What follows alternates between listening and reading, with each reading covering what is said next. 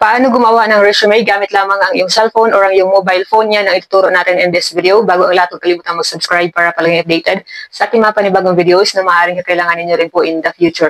Sobrang napakabilis lamang pong gumawa ng resume. In just few minutes, may resume ka na kagad.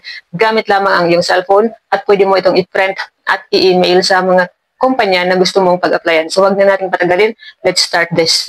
So, pinakauna, mag-download po muna kayo ng Canva apps. Ganito po yung Canva.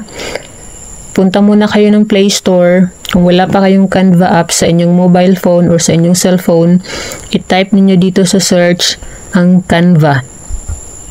Dahil ito ang gagamitin niyo na apps para mabilis lang, sobrang bilis po gumawa ng resume dito. So, i-type niyo ang Canva sa Play Store, makikita niyo ito. So, nakasulat dito install kung hindi pa kayo nakapag-install sa inyong mobile phone. Dito sa akin, ang nakasulat ay open dahil meron na akong Canva application. Pagkatapos niyo mag-download, i-open na ninyo yan. So, pwede lang na kahit hindi mag-sign up or pwede mag-sign up gamit ang Google account. So, ganito ang itsura ng Canva.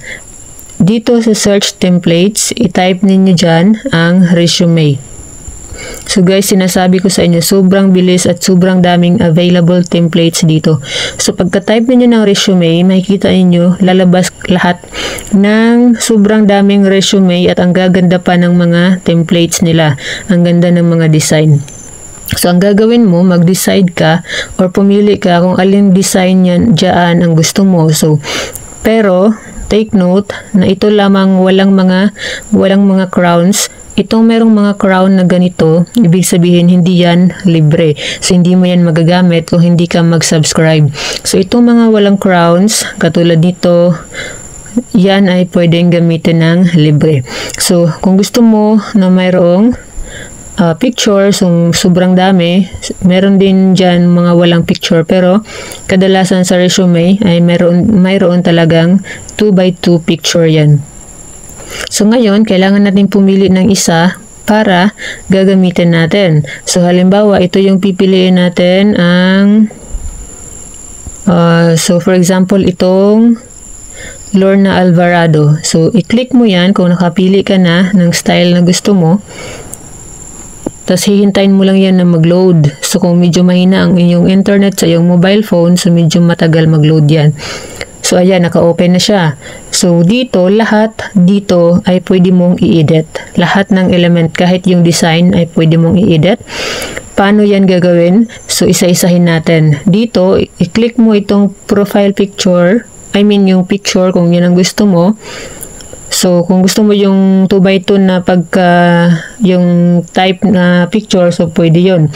Dito, pwede din. So, i-click mo lang yan. Dito sa ibaba, makikita mo ang replace. So, i-click mo itong replace, tapos mapupunta ka na doon sa gallery mo at pipili ka na ng iyong picture na ipapalit dyan. So, automatic yan.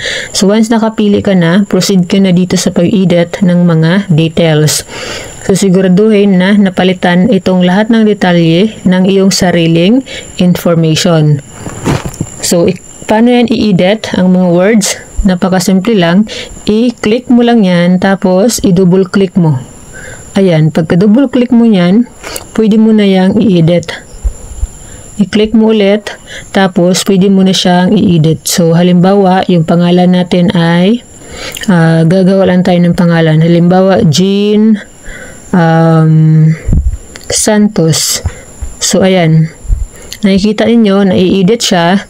Tapos, kung halimbawa ganyan, hindi ka siya or naging 2 row. So, pwede mo yang i-edit. So, i-click mo ulit. Tapos, pwede mo yang i-drag ganyan. Or pwede din, napalitan mo ang kanyang size ng text. Dito, sa ibaba, nakikita ninyo, mayroong font size. So, i-click ang font size at gamitin itong pwede mong palakihan, pwede mong paliitan. Ayan. So, ayan, lumiit siya ng lumiit. So, pero syempre, dahil pangalan mo yan, mas okay na, ayan, katamtaman ang laki.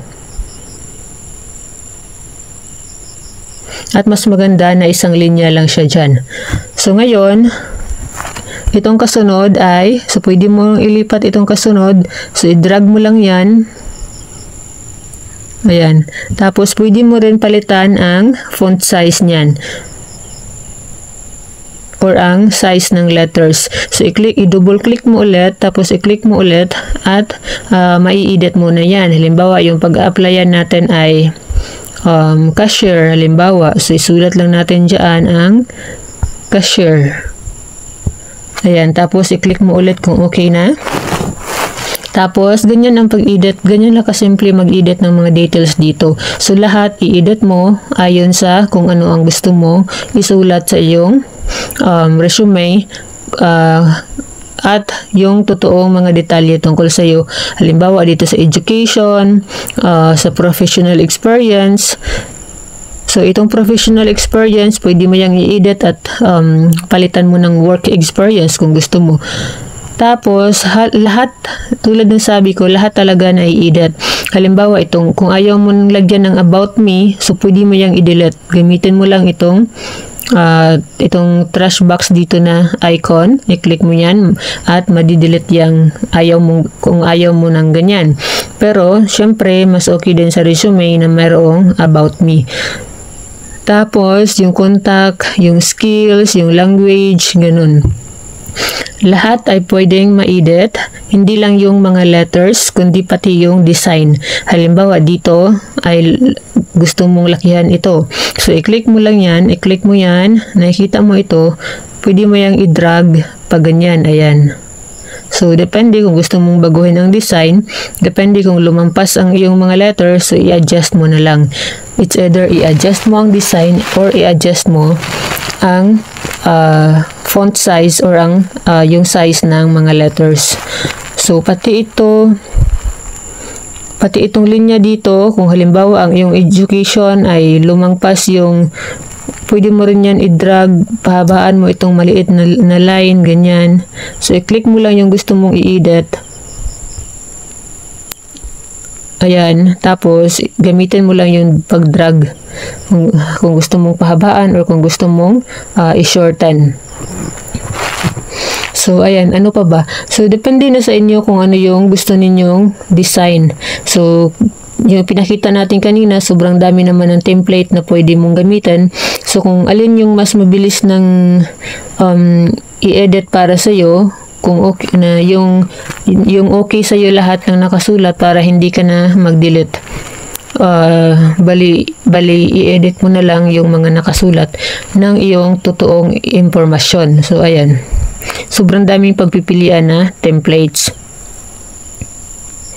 So, ngayon, kung nakapili ka na, kung na-edit mo na lahat, please recheck na siguraduhin na walang mali sa spelling at at siguraduhin na na-edit mo lahat ng detalye na tungkol sa iyo. Ngayon, paano to i-download at paano to ma-print or kung gusto mo na i-email, so paano? So, nakikita mo itong arrow dito sa itaas, i-click mo yan. Tapos, makikita mo itong download. So, i-click mo yung download. Pagka-click mo ng download, automatic na yung suggested dyan ay yung PDF standard.